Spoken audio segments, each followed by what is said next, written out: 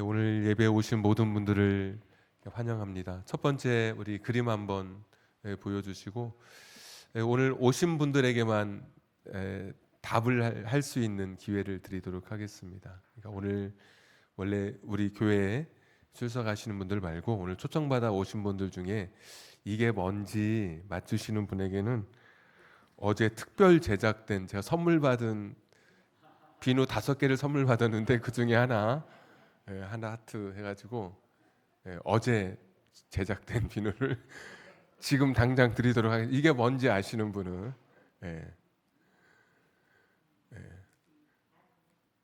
오늘 새롭게 오신 분 손 들고 나는 제가 아는 분이면 안 되고 제가 모르는 분 중에 네네 네 맞췄습니다. 이거 좀 전해주세요. 예. 예. 사는 게 사는 게 아니다. 예. 여러분 그렇습니까? 예. 사는 게 아니라 그러는데 또 그 다음 그림도 한번 보여주시고 예. 이 그림은 이제 퀴즈는 아닙니다. 이제 퀴즈는 끝났고요. 눈을 이렇게 번뜩이는 분이 계신데 그건 아니고 이것은 우리가 알고 있는 노댕에 생각하는 사람이다라고 하는 그런 동상입니다. 세계 곳곳에 퍼져 있고 잘 보시면 오른쪽 팔꿈치를 오른손으로 이렇게 턱을 개고 있는데 오른쪽 팔꿈치가 왼쪽 무릎에 닿아 있습니다. 그러니까 보통 오른쪽이면 오른쪽에 닿기 쉬운데 왼쪽에 닿았다고 하는 것은 그만큼 더 깊은 고뇌, 깊은 사색, 깊은 고민 속에 잠겨져 있는 말 그대로 생각하는 사람에 가장 어울리는 그런 동상인 것을 보게 됩니다. 여러분 어떤 고민, 어떤 생각 속에 여러분 살고 계십니까? 지나온 삶은 어쩔 수 없고 남은 인생은 어떻게 잘 살 수 있을까? 이미 걸어온 인생은 내 마음대로 할 수 없지만 이제 내 남은 인생은 그래도 후회 없이 살 수 있을까? 여러분 사실 이런 고민이 우리 가운데 있습니다. 어떤 분은 여전히 풀리지 않은 인생의 문제를 놓고 생각하는 사람처럼 턱을 괴고 밤에 잠 못 들지 못하고 뜬 눈으로 새벽을 맞으면서 전화벨 소리에 깜짝깜짝 놀라면서 시간을 보내는 분도 계시고 어떻게 하면 후회 없는 인생을 살아갈 수 있을까? 어떻게 하면 남은 인생을 방향을 잃지 않고 제대로 살 수 있을까?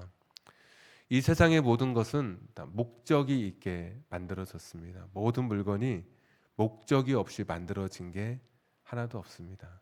그래서 목적대로 만들어진 만듦새대로 쓰임 받을 때 참 쓰임새가 있다 이런 표현을 하는데 만들어진 그 목적대로 쓰여질 때 가장 적합하고 가장 조화를 이루게 되는 것이죠. 우리 인생도 그렇습니다.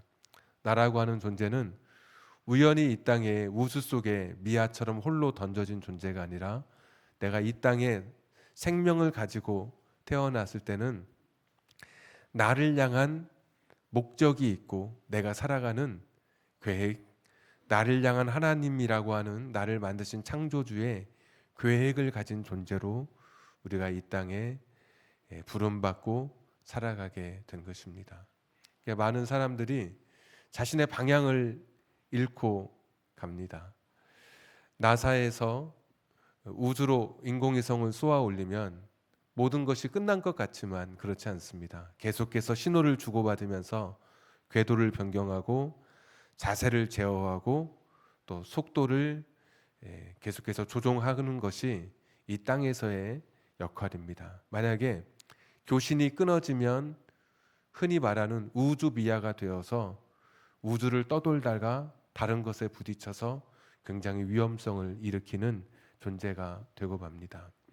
나라고 하는 존재도 하늘로부터 연결된 내 인생의 방향 설정, 내가 가야 할 목적, 그 길, 나를 만드신 창조주 하나님의 뜻을 내가 알지 못하고 인생을 살아가면 되게 열심히 살고 멋지게 살고 화려하게 사는 것 같아도 나는 나를 만드신 목적과 상관없이 살아가는 그런 존재가 되게 됩니다.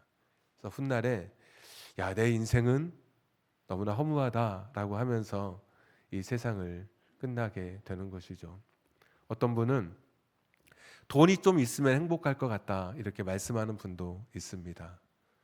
어떤 분은 지식을 많이 가져서 많은 사람의 찬사를 받는 지위를 얻으면 나는 행복할 것 같다.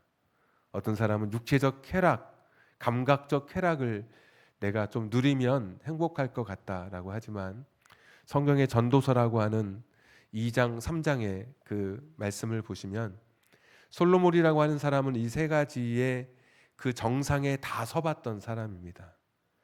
돈이 많아서 금으로, 물렁물렁한 금으로 방패도 삼아봤고 그 돈으로 조경 작업을 하는데 한마디로 연못도 만들어 봤고 그런데 그것으로 채워지지 않는 자신의 인생을 고백합니다. 얼마나 지식이 많았는지 여기저기서 워런 버핏과의 점심 식사를 사듯이 솔로몬에게 와서 지혜를 구하는 사람이 많았는데 그가 했던 말은 지식이 많으니 번뇌와 괴로움도 더하게 되더라 라고 하면서 그러면서 그가 소크라테스보다 먼저 고백했던 것이 무지의 지라고 하는 내가 아는 것은 내가 참 모른다는 것을 나는 알게 된다. 내가 되게 똑똑한 것 같은데 조금 공부해보면 이게 끝이 없는 것을 알게 되는 것처럼 그뿐만 아니라 감각적 쾌락을 누려봤던 사람입니다. 육체적 쾌락도 향락도 술로도 음악으로도. 그런데 그가 전도서라는 성경에 38번이나 헤벨이라는 단어를 사용합니다. 헤벨은 입김 또는 그림자, 아침 이슬, 연기 이런 뜻을 가지고 있습니다. 다 부질없다는 것이죠. 연기도 입에서 뭐가 나가는 것 같은데 입김도 사라져버리고 연기도 공기 중에 흩어지게 되고 그림자도 있는 것 같은데 없는 거예요. 그런 것처럼 내가 인생의 모든 것을 가지고 내가 갖지 못한 것을 가지면 행복할 것 같아도 그러나 인생이라고 하는 것은 창조주 하나님의 목적대로 살지 않으면 나를 만드신 그 목적을 따라 내 인생의 방향을 결정하지 않으면 그 어떤 것을 쥐어도 결국은 후회로 인생을 마치게 되는 것입니다.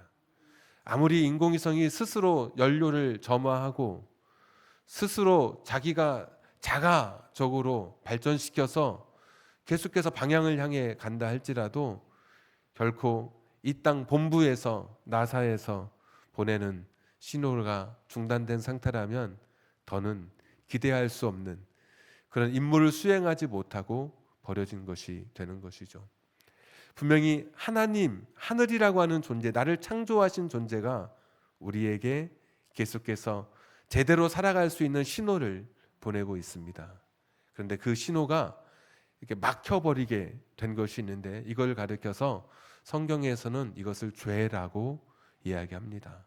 죄는 도덕적, 윤리적 이런 것이 죄가 아니라 감옥에 끌려가야 하는 것, 이런 범죄가 죄가 아니라 성경에서는 나를 만드신 하나님, 나를 인간답게 나답게 살아가도록 나에게 감동을 주시고 깨닫게 하시고 방향을 제시하시는 하나님의 이 교신이 끊어지도록 그것을 가로막은 상태, 이것이 죄입니다.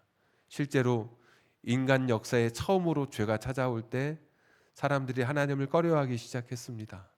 그리고 아담과 하와가 서로가 서로를 피하기 시작했습니다. 이게 인간의 비극인 것이죠.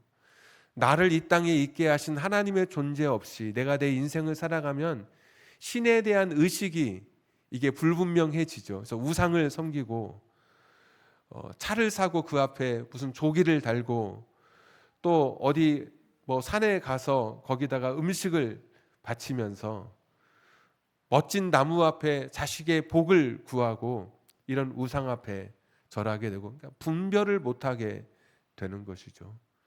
방향을 잃어버린 사람들은 이 땅에서 이 죄, 하나님과 우리 사이에 교신이 막혔기 때문에 제대로 삶을 살아내지를 못합니다. 가격표가 붙었는데 어느 날 도둑이 들어와서 물건을 하나도 훔쳐가지 않고 다만 가격표를 다 이렇게 엉터리로 붙이고 간 도둑이 있었다고 합니다. 그 다음날 슈퍼마켓에서 난리가 났습니다. 찍었는데 비싼 것이 싼 것이 되고 싼 것이 비싼 것이 되고, 가치가 전도된 인생을 살아가는 것, 이것이 하나님 없는 인생의 한 단면입니다. 돈이 전부인 줄 알고 살았는데 지나고 났더니 이 자식이 얼마나 중요했던 것인지, 자식의 성적은 생각했지만 자식과의 교감은 없었던 자신의 인생을 한탄하기도 하고, 집을 사느라고 집이 전부인 줄 알고 자신의 삶을 올인했는데 어느 날 보니까 가정은 다 깨어져 있는, 그러니까 하늘로부터 하나님과의 이 교신이 끊겨져 있는 이 죄된 인생은 자신의 삶에서 제대로 된 진정한 가치를 발견하지 못하고 후회로 인생을 필연적으로 마치게 되는 것입니다. 모든 사람이 0.2평에서 0.3평 되는 관 안에서 자신의 인생을 끝마치게 됩니다. 저는 출입구 문을 열고 들어갈 때마다 자주 그런 생각을 하는데, 내가 이 문을 열고 들어가는 그 보통의 대개의 문 평수가 0.6에서 0.7평 정도 됩니다. 내가 이 문을 지금 열고 들어가고 다시 나오지만 나는 마지막에는 관짝문이 닫힌다고 하는 그 마지막 문은 이거보다 더 작은 0.2평에서 0.3평, 여기서 내 인생을 마치겠구나라는 생각을 해보게 됩니다. 그러니까 나를 만드신 하나님 없는 인생은 방향을 제대로 찾지 못한 채 가치가 전도된 삶을 살면서 뭐가 중요한지 모르고 열심히 살긴 사는데 결국은 후회로 인생을 마치게 되죠. 이것이 죄로 가득한 성경에서 말하는 이 죄인의 삶의 마지막의 모습을 우리에게 보여줍니다.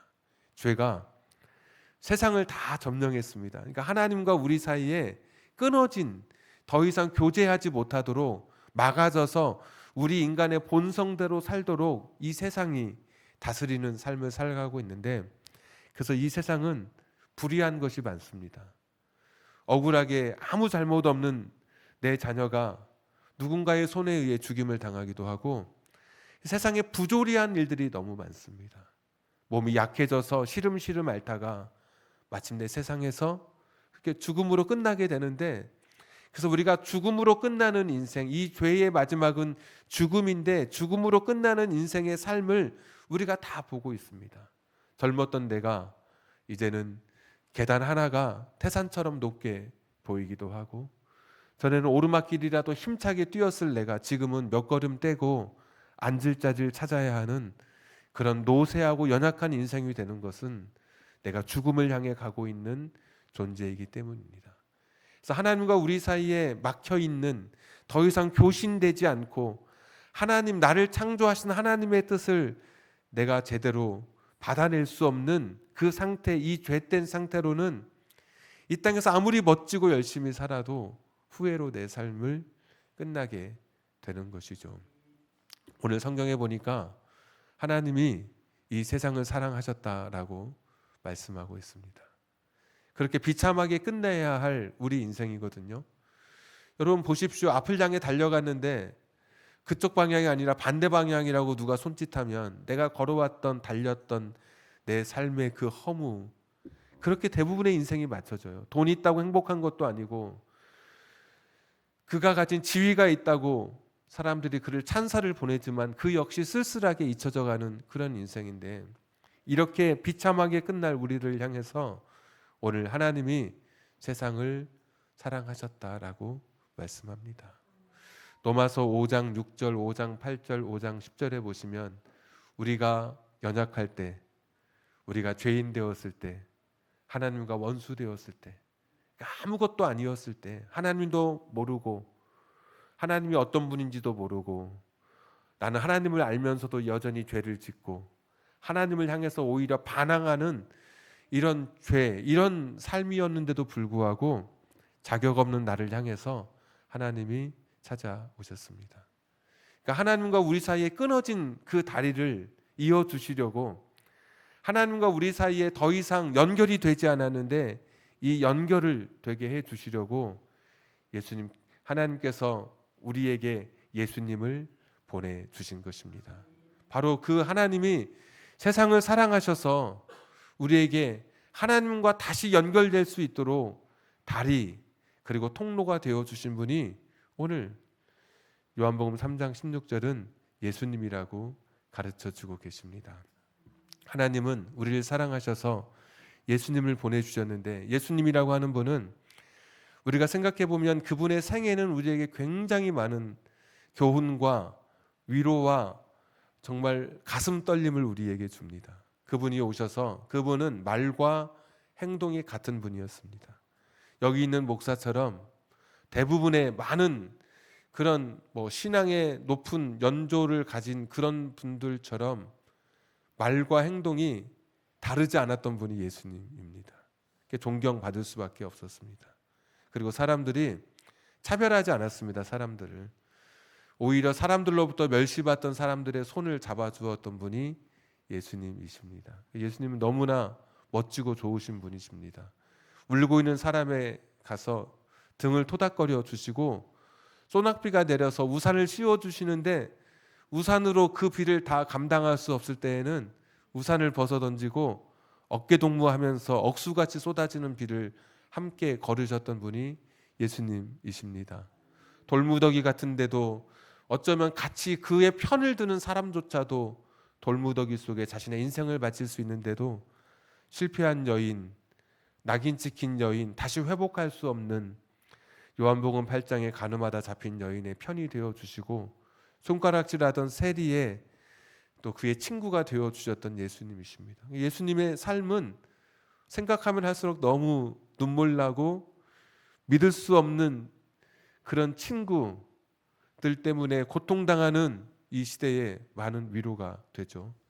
그분의 가르침은 또 얼마나 훌륭하셨습니까? 수많은 성경 박사들이 예수님의 가르침에 놀라고 하나님의 말씀을 바르게 깨달을 수 있었습니다.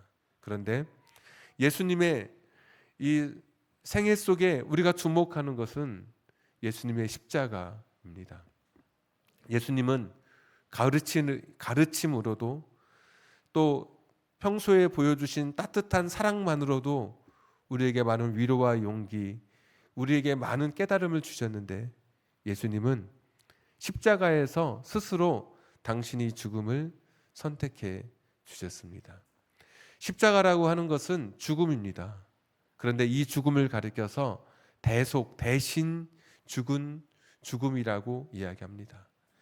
그러니까 죄의 삭슨 사망이라고 우리가 모든 사람이 다 죄인이어서 죽음으로 끝나는 인생인데 그 죄를 대신해서 죽음을 대신해서 예수님께서 대신 십자가를 지셨습니다. 대신 죽으셨습니다. 그러니까 내가 죽어야 할 자리에 누군가가 대신 죽어 주신 것입니다. 때때로 식당에서 밥을 먹을 때 큰맘 먹고 음식값을 내려고 탁 했는데 다른 분이 음식값을 먼저 내는 경우가 있습니다. 여러분 그때 어떤 생각 드십니까? 하나 더 시킬 걸, 그런 생각 하십니까? 참 고맙죠. 음식값을 내줬으니까. 그런 것이죠. 내가 죽어야 할 그 자리에 예수님이 대신 십자가에서 죽어 주셨습니다. 그러니까 그 죽음을 통해서 하나님과 우리 사이에 예수님이 다리가 되어서 끊어졌던 하나님과의 연결이 예수님을 통해서 이제 연결되게 된 것입니다. 그래서 우리가 여기에 있고 하나님이 여기 계시면 건널 수 없는 다리였는데 종교로도 수련으로도 열심으로도 자기 양심 개발로도 어떤 것으로도 닿을 수 없었는데 예수님의 십자가가 다리가 되어서 그 길을 통해 우리가 하나님께로 갈 수 있게 된 것이죠. 이것의 확증이 또 하나의 예수님 생애 속의 부활입니다. 부활이라고 하는 것은 이 세상의 모든 사람이 입구만 있는 그런 곳이라고 생각을 했는데 그 죽음에 출구를 내신 것, 이것이 바로 부활입니다. 우리가 600도, 800도, 1000도의 고열에 나중에 화장장에 들어가게 되면 자기 몸의 3%에서 5% 정도 되는 무게의 가루를 남기고 이 세상을 떠나게 됩니다. 그래서 한 70kg 정도 이렇게 나가시는 분은 약 한 2.7에서 한 3.5kg 정도 되는 그런 가루를 남기고 우리가 이 세상에 자식들 손에 남기고 이 세상을 떠나게 되는 것이죠. 사람들이 그것이 끝인 줄 알고 그동안 모든 사람들이 이것을 한번 넘어서 보려고 진시황은 불로초를 찾기도 했고, 이집트의 파라오는 피라미드를 세워서 평소에 자기가 쓰던 물건들을 다 그곳에 배치해서 죽음 이후에 다시 사후에 부활할 것을 믿고 그가 그곳에서 그렇게 피라미드에서 자신의 영면에 들어갔지만 사실은 도굴꾼의 손에 자신들이 가졌던 그 귀중한 물건을 다 빼앗기는 존재가 되었죠. 이스라엘의 성지순례 가면 가장 사람들이 기대했다가 가장 실망하는 곳이 부활했던 예수님의 무덤입니다. 야, 예수님이 부활하셨대. 무덤에 가는데 사람이 많으니까 줄을 서서 갑니다. 근데 보통 산에 올라갔다가 내려올 때 사람들이 막 그런 말 하잖아요. 얼마 더 많이 가야 됩니까? 조금만 가면 됩니다. 1시간 전에도 조금만 가면 되고, 조금만. 이게 산에 갔다 올 때 그런 말 하잖아요. 사람들이 조금만 가면 됩니다. 나오는 사람이 뭐라고 말하냐면 볼 거 하나도 없다고. 그러면 들어가면서 왜 저렇게 말하지? 근데 그 사람도 나오면서 뭐라고 하냐면 볼 거 하나도 없다고. 왜냐하면 빈 무덤 저도 가서 봤는데요. 아무것도 없습니다. 이게 뭐지? 없을 수밖에 없죠. 왜? 부활하셨기 때문에. 모든 사람이 자신의 무덤을 자랑합니다. 피라미드 자랑하고 왕릉을 자랑하고, 예수님은 무덤에 자신의 몸을 가두지 않아도 되는 그런 분이셨습니다. 예수님은 부활하셔서 우리의 죽음의 출구를 내신 그런 위대하신 분으로 우리 가운데 하나님의 선물로 찾아오셨습니다. 그래서 오늘 말씀을 보면 하나님은 우리에게 예수님이라고 하는 선물을 주셨는데, 어떤 선물을 주셨느냐? 세상에서 줄 수 있는 가장 그 선물 중에 가장 귀한 선물을 주셨다. 하나님은 우리에게 공기도 주실 수 있으시고 돈도 주실 수 있으시고 내 신경통을 낫게 해주시는, 또 내 디스크를 치료해 주시는 건강으로도 나에게 선물을 주실 수 있으시지만, 예수님은 하나님은 예수님을 우리에게 보내주셨습니다. 예수님은 하나님과 같은 본체라고, 같은 분이셨습니다. 하나님 자신을 이 땅에 보내주셨습니다. 그래서 여기 독생자라는 말이 나오고 외아들이라는 말이 나오는데, 바로 이 말은 특별한 아들이다라는 그런 의미를 가지고 있습니다. 하나님은 특별하신 그 아들 예수님을, 그러니까 하나님이 주실 수 있는 것 중에 가장 큰 선물을 우리에게 보내주셨습니다. 두 번째 선물은 한 번만 효력 있는 선물이 아니라, 제가 비누께 선물 드렸지만 이제 얼마 못 갈 겁니다. 계속 쓰다 보면 나중에 다 사라지게 되죠. 그런데 예수님은 요한복음 10장 9절 10절에 보시면 내가 온 것은 양으로 생명을 얻게 하고 더 풍성히 얻게 하는 것이다. 아까 사는 게 아닌 게 아니라 살아도 행복하게 살도록, 내가 내 인생에 자유를 누리고 살도록, 의미 있게 살도록, 가치 있게 살도록, 후회 없이 살도록 내 인생에 함께 해주시는 분이 예수님이신 겁니다. 그래서 한 번만 오늘 이 시간 끝나고 그냥 예수님은 내 곁을 떠나시는 분이 아니라 파라클레토스, 내 곁에 계시는 보혜사가 오셔서 내 곁에 항상 내 곁에 머물러 주셔서 슬픔 속에 눈물 날 때도 내 곁에, 두려울 때, 외로울 때, 괴로울 때 내 곁에 계시는 분으로 내 삶을 가치 있고 풍성한 삶으로 내 삶을 초대해 주시는 것입니다. 그래서 한 번의 선물이 아니라 내가 살아있는 이 땅에, 이 세상의 삶을 이 세상 삶을 살아가는 동안에 내 삶을 기쁨으로 감사로 채워주시는 분이 예수님이십니다. 마지막 세 번째 선물은 영생으로 우리를 초대해 주시는 것이죠. 내 곁을 사랑하는 사람을 다시 만날 소망을 내게 주시고, 여기서 다 끝났다고 생각했던 그때 양이 아니라 질적으로 다른 영원한 생명을 누리도록 우리를 초대해 주십니다. 많은 사람이 이 세상을 살면서 과연 나는 정말 바른 삶을 살아갈 수 있을까? 내가 살아가는 삶은 후회 없는 삶이 될 수 있을까? 지금부터의 내 삶은 정말 성공적인 삶을 살아낼 수 있을까? 하나님 없는 삶, 예수님 없는 삶은 아무리 자기가 노력하고 자기 한계를 뛰어넘는 그런 결단을 하고 성과를 낸다 할지라도 거기까지일 수밖에 없습니다. 모든 사람이 죽음에 걸린 인생이 되어서 죽음으로 자신의 인생을 마치게 되고, 여러분 화장장 많이 가셔보겠지만 서서 여러분이 거기 가셨겠지만 언젠가는 여러분 누워서 그 길에 입장하게 될 때가 있을 터인데, 이 세상 모든 것이 다 잊혀지고 마는 것입니다.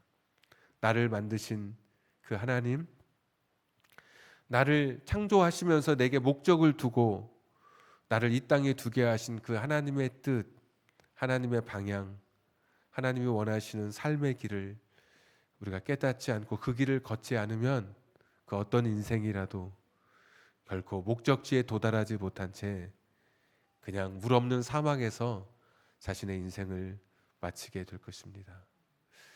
오늘 예수님은 우리를 영원한 생명, 풍성한 생명으로 저와 여러분을 초대해 주고 계십니다. 여러분 주변을 돌아보시면 너무 고통스러운 현실입니다. 죽음에 걸린 인생의 이 삶의 현실, 우상 숭배하고 질병에 걸려서 고통당하고 사람들에게 사기당하고 울분이 차오르도록 이 세상이 뭔가 부조리하고, 이게 죄가 다스리는 세상, 이 죄악이 이 세상을 점령하고 있기 때문에, 사망이 왕노릇하는 세상이기 때문에 그렇습니다. 이 가운데서 마음의 평화를 얻고 이 길 없는 세상 같은 길 없는 곳 같은 이런 세상 속에서 길을 찾으려면 내가 곧 길이라고 말씀해 주신 그 예수님, 그 길을 통해, 그 새로운 분을 통해 죽음을 넘어 부활을 고백하고 부활의 분을 넘어 영생을 누리는 그런 자리로 오늘 요한복음 3장 16절은 저와 여러분을 초대하고 있습니다. 여러분의 삶은 결단해야 되는 상황 속에 있습니다. 다시 한번 노댕에 생각하는 사람 한번 그림 보여주시면, 이 노댕은 150년 전 사람이었습니다. 150년 전 사람이고, 이 사람이 조각품을 이렇게 제작하는데 그냥 머릿속에서 떠올린 게 아니라 자기가 읽고 있었던 800년 전 이태리의 단테라고 하는 사람이 썼던 신곡이라는 그 서사시를 읽다가 영감을 받아서 뒤늦게 이 노댕이 조각품을 마련하게 됐습니다. 지금도 유튜브에 단테의 신곡을 들으실 수 있습니다. 들으시면 단테라는 사람은 자기가 신앙생활 하면서 그 당시에 신앙의 경험을, 지옥에 갔던 경험, 그러니까 지옥이라고 하는 곳이 어떤 곳인지, 천국은 어떤 곳인지를 자기가 상상 속에서 그것을 그려냈습니다. 가장 비슷한 그 이야기가 신과 함께, 뭐 죄와 벌인가 있죠, 영화 나왔던 거 몇 년 전에. 그게 단테의 신곡을 다 모티브로 하고 있는 것입니다. 거기에 지옥, 뭐 천국, 뭐 여러 이런 곳에 대한 그런 서사시를 남기게 되는데, 노댕이 어떤 부분에서 이 영감을 얻었냐면, 이 생각하는 사람은 자기가 그 서사시를 읽다가 지옥의 문을 떠올려 봤습니다. 지옥문은 어떻게 돼 있을까? 그러면서 180개의 인간 군상의 모습을 붙였다 띄었다 하면서 조각을 만들게 됩니다. 그런데 그 지옥문의 가장 중앙에, 가장 위에 있는 위치한 조각이 무엇이냐? 바로 이 생각하는 사람, 이 조각품이 노댕이 단테의 신곡을 읽고 그곳에서 그려 놓은 작품을 만들어 놓은 것입니다. 그런데 너무 늦어버린 것 아닙니까? 왜 그 가장 중간에 가장 고뇌에 찬 모습으로 이 생각하는 사람을 그렸을까? 그것은 인생은 결단의 시기를 늦추면 완전히 끝나버리는 때가 있습니다. 지옥문 앞에서 오른쪽 팔꿈치를 왼쪽 무릎에 대기까지 쓰러지듯이 고뇌하고 거기서 아무리 깊은 사색에 잠겨도 이미 방향이 정해져 버린 지옥문 앞에서는 너무 늦어버린 것이죠. 이 생각하는 사람은 이미 늦어버린 한 사람, 후회로 가득한 한 사람, 단순히 사는 게 아닌 이런 고민 속에 빠진 사람이 아니라 자신의 인생을 헛되게 살아와서 마침내 심판대 앞에 서서 나를 이 땅에 있게 하신 하나님의 잣대에 나를 맞추어서 내 삶을 평가받는 그 순간에 이미 늦어버린 자기 자신을 한탄하는 슬픔의 그림이 바로 노댕에 생각하는 사람인 것입니다. 오늘도 믿음으로 저는 여러분을 초대하고 하나님을 나의 아버지로, 예수님을 여러분의 구주로 모시기를 저는 여러분에게 강권할 것입니다. 결단은 여러분에게 있는 것이죠. 분명한 것은 내가 믿음이라고 하는 것은 감정도 아니고 믿음은 결정이라고 늘 말씀드립니다. 믿음은 처음부터 어떤 사람은 사도 바울처럼 확 들어오는 사람이 있고 어떤 사람은 정말 이슬비 젖듯이 조금씩 뭔가 알아가는 그런 사람도 있습니다. 바디메오 소경은 한 번에 눈을 뜨고 또 어떤 사람은 예수님이 눈을 뜨게 했는데 나무 같은 게 걸어가는 것이 보입니다. 왜 사람이 보찜지고 나무에서 가니까 나무 같은 게 걸어가는 게 보입니다. 잘 안 보이거든요. 그러니까 그런 것처럼 우리 인생도 믿음도 어떤 사람은 교회에 오늘 따라왔다가 확 믿어지는 사람이 있고 내가 옛날부터 예수님 믿었던 사람인 것처럼 또 어떤 사람은 그냥 아직 동의되지 않고 잘 모르겠다라고 생각하는 분도 계실 것입니다. 그런데 믿음은 결정으로부터 시작하는 것이죠. 내가 아직 이해되지 않는다 할지라도 그러나 내 삶을 가장 성공적으로 후회 없이 내 인생을 마치는 길이 인공위성과 이 나사에서 서로 연결해서 그 삶의 궤도를 수정하고 조정해 가면서 마침내 그 임무를 완수해 가듯이 나를 만드신 하나님으로부터 내가 가는 길, 내가 삶의 방향과 자세를 교정받으면서 후회 없이 성공적으로 인생을 살아가는 길이 예수님을 통해서 유일하게 주어진 길이라면 다른 길이 없이 그러면 내가 믿기로 결심하는 거, 결정하는 거 여기에서부터 저와 여러분의 구원은 시작되고 믿음은 시작하게 되는 것입니다. 구원은 말씀드렸던 것처럼 죽음 이후에 적용되는 게 아니라 이 땅에서부터 이 구원의 삶은 시작되는 것입니다. 그전에는 나 홀로 걸었는데 이제는 예수님이 나와 함께 걸어주시겠다고 약속하십니다.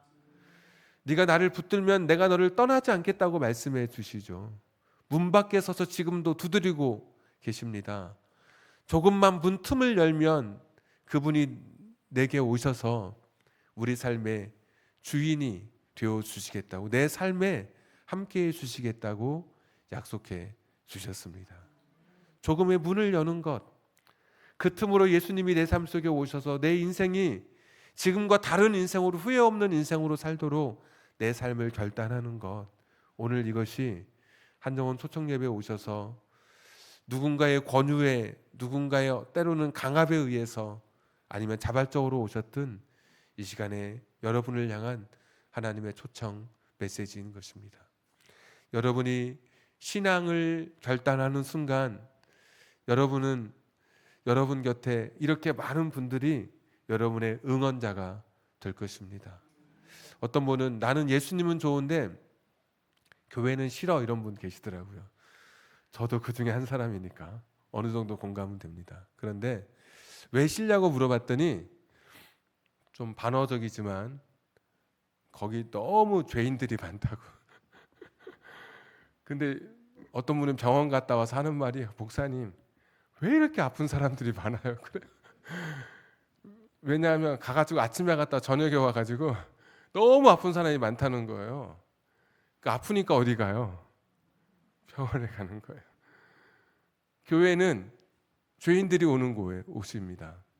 그런데 바르게 살아보려고 하는 죄인, 회개한 죄인, 용서받은 죄인이, 그리고 점점 가능성 있는 사람들이, 그런 죄인들이 있는 곳이 교회입니다.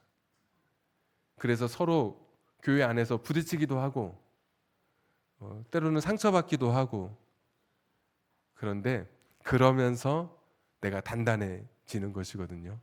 그래서 교회에서 부딪히면서, 사람끼리 부딪히면서 신앙에 대해서 알고, 더 깊이 알고, 더 기도하게 되고, 내가 용기를 얻고, 때로는 실망할 때도 있지만 교회를 통해서 다시 한번 내가 걸어가는 길이 어떤 길인지 확인하면서 그 길을 걸어가는 것, 이곳이 바로 교회입니다.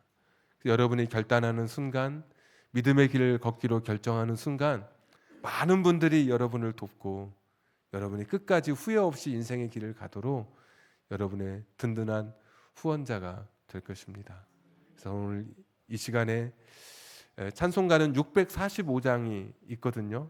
그 중에 제가 오늘 오신 분들과 함께 부르고 싶은 그 645개의 곡 중에 하나를 골랐습니다. 여러분 기대되지 않으십니까? 이 찬송 부르는 동안에 하나님의 사랑이 여러분 마음속에, 여러분의 삶에 작은 틈을 열어서 주님을 모셔서 내 인생이 후회 없는 길을 가도록, 내 인생이 실패 없는 길을 걸어가도록 하나님을 나의 아버지로 모실 수 있는 이 시간이 되기를 주님의 이름으로 축복합니다. 우리 찬양하겠습니다.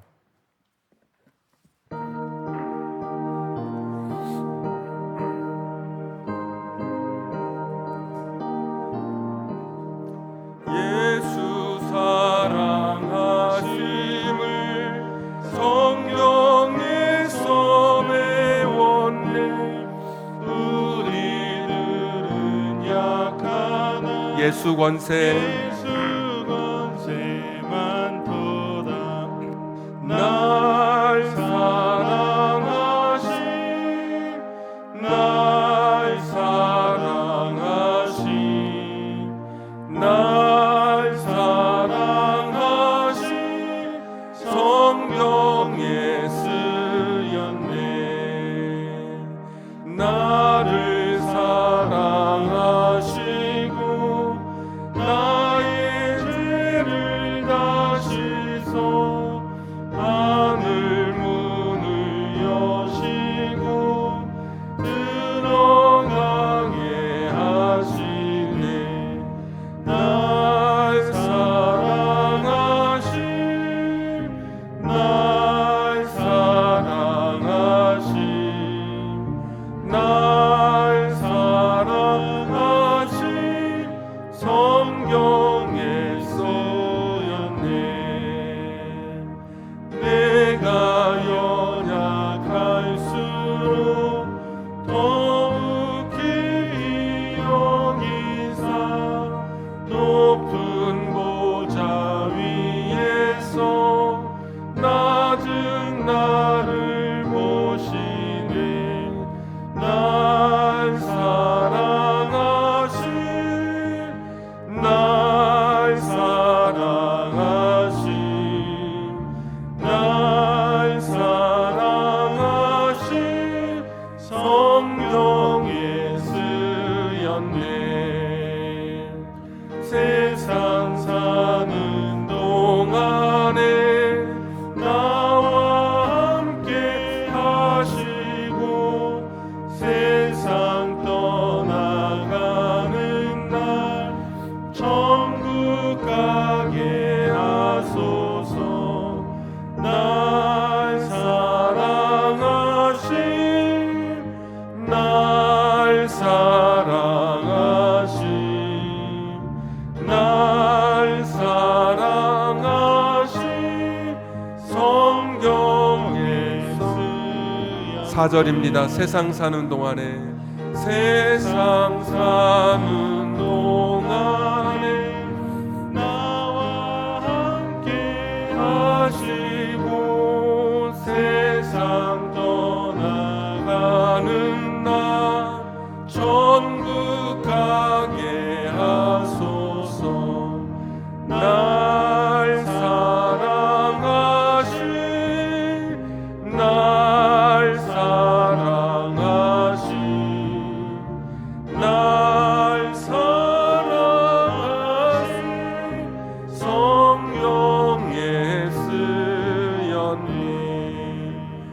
같이 한번 기도하겠습니다.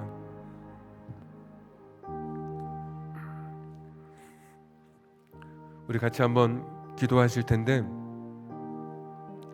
오늘 예배를 앞두고 지난주에 우리가 말씀을 나눴던 로마서 10장에 말씀이 있습니다.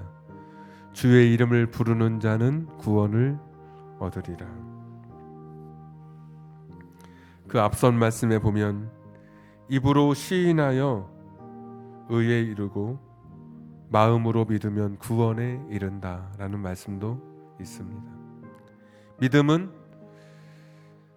나를 만드신 하나님, 나를 이 땅에 있게 하신 창조주라고 하는 그 존재의 뜻에 맞게 살아가는 삶, 이것이 믿음이고, 그렇게 살아가는 삶을 구원받은 삶이라고 말합니다. 하나님 창조주 뜻에 맞지 않는 삶은 그가 어떤 도덕적 의로운 선행을 했든지 간에 그는 죄인으로서 결국 죽음으로, 사망으로, 영원한 심판으로 인생을 마치게 되는 것입니다. 예수님을 통해 영원한 생명을 얻는 그 길을 열었고, 죽어서만이 아니라 이 땅에서도 풍성한 삶을 누릴 수 있도록 하나님께서 그 선물을 우리에게 주셨습니다. 요즘 사는 게 아니다 라고 한다면 더더욱 당신에게 주님이 필요합니다. 그동안 자식 때문에 힘들고 경제적 문제, 또 육체의 고통 때문에 힘들었던 시간들, 예수님 만나면 시각이 달라집니다. 성공한 삶은 아니지만 풍성한 삶으로 해석이 달라지고, 눈물 가운데서도 용기를 갖고, 짜증내던 내 삶이 감사의 입술로 바뀌게 되면서 환경은 달라지지 않아도 예수님 만나고 예수님 모시고 사는 사람은 기필코 풍성한 삶을 살게 됩니다. 이게 하나님 약속입니다. 저는 여러분을 이 시간 풍성한 삶으로 초대합니다. 영원한 삶으로 초대합니다. 우리 한번 이 시간에 한 1, 2분 정도 먼저 우리 각자가 한번 자신의 입술로 하나님을 믿기로 결심하면서 그분과 함께 남은 인생을 살기로, 그분을 모시는 그런 기도로 한번 같이 기도하겠습니다. 다 같이 기도합니다. 하나님 아버지 도와주시옵소서.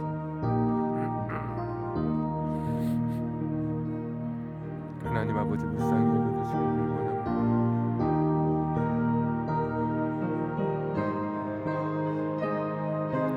아버지 하나님 도와주시옵소서.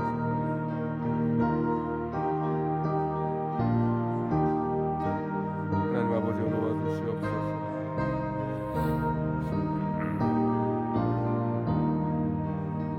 아버지 하나님 도우시옵소서. 주님 도우시옵소서.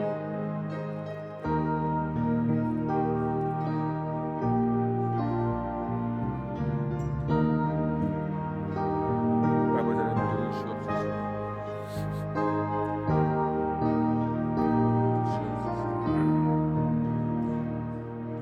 하나님 아버지 불쌍히 여겨주시길 원합니다.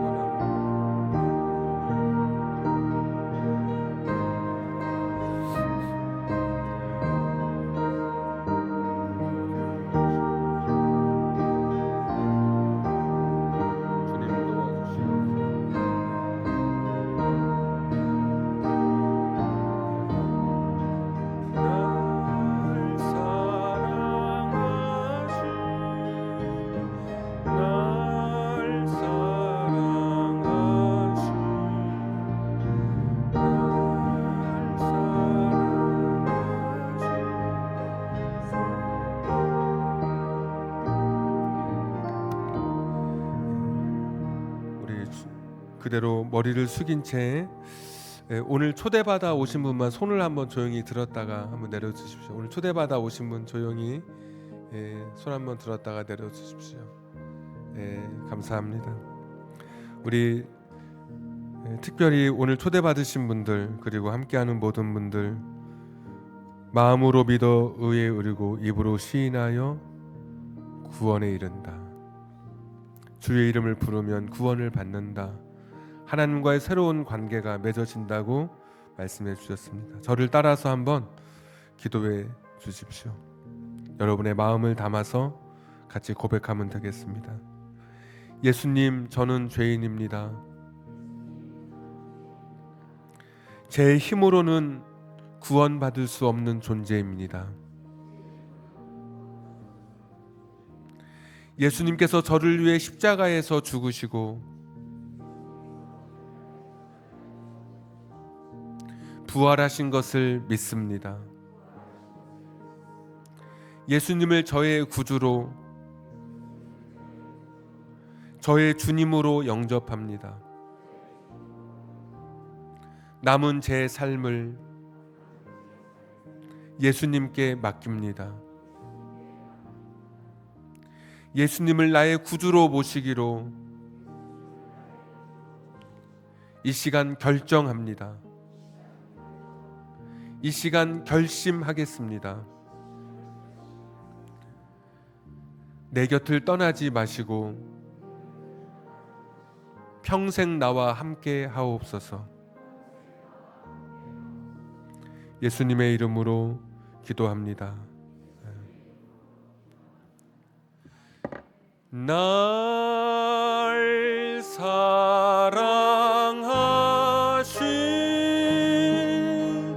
날 사랑하신,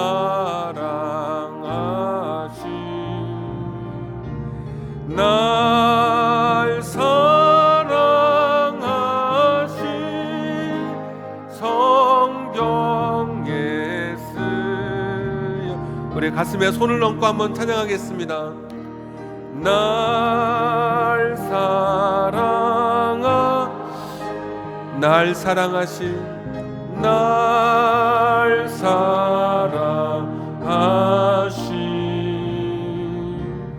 날 사랑하신 성경에 쓰였네.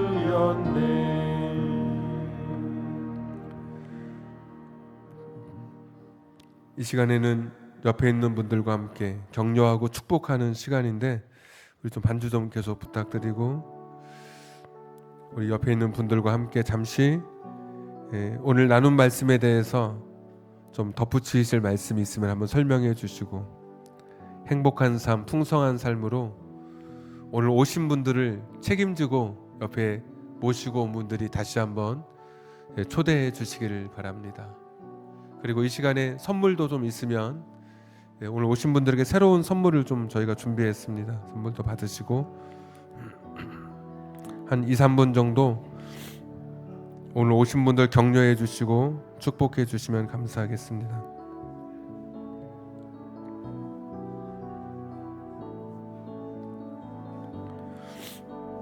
여러분을 후회 없는 삶, 여러분을 풍성한 삶으로 여러분을 초대하고 싶습니다. 실패 없는 인생을 살아가는 게 아니라 후회 없는 인생을 살도록 여러분을 초청하고 싶습니다.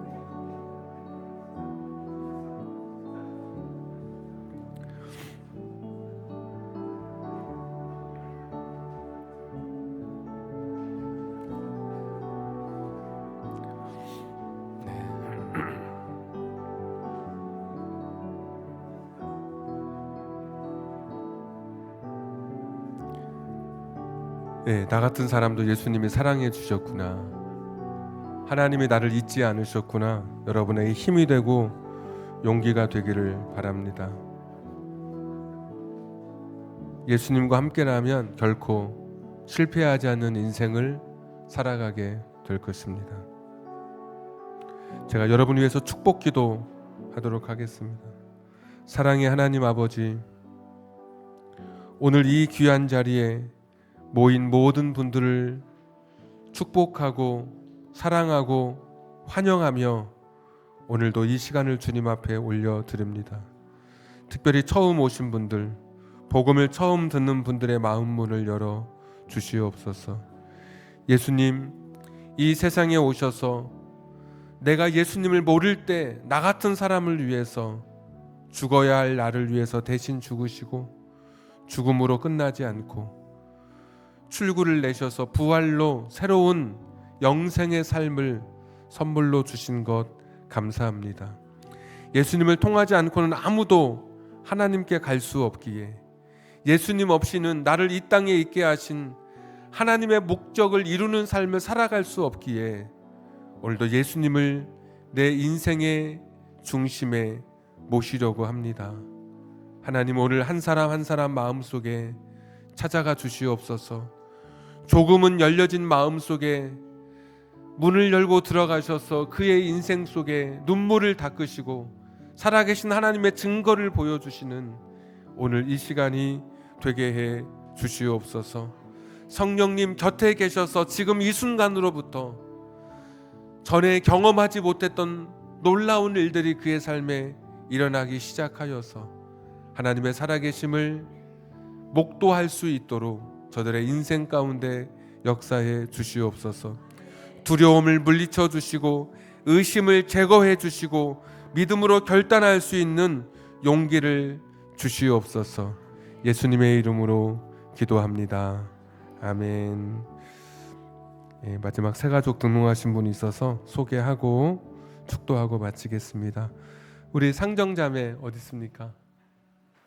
한번 잠깐 일어나서 새 신부입니다. 지난주 결혼해가지고.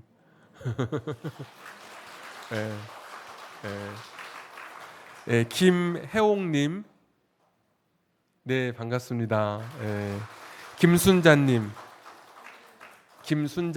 네, 홍사천님, 네 감사합니다. 우리 박혜숙님,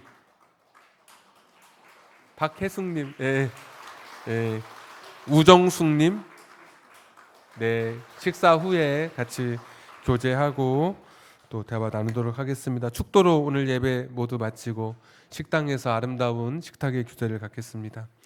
이제는 우리 구주 예수 그리스도의 은혜와 하나님 아버지의 극진하신 사랑하심과 성령님 감동 감화 내주 충만하심이 후회하지 않는 인생을 결단하고 나를 만드신 하나님과 새로운 관계로 교제하기를 소원하고 그래서 나를 만드신 목적대로 쓰임받는 삶을 살기를 결단하는 우리 사랑하는 성도님들 머리 위에 아직은 믿음이 무엇인지 교회가 무엇인지 하나님 예수님이 무엇인지 모르지만 작지만 믿기로 결심하고 결정하는 사랑하는 성도님들 머리 위에 저들의 가정, 직장, 사업장, 환경, 인생의 꿈 위에 지금부터 영원토록 함께 하시기를 간절히 축원하옵나이다. 아멘.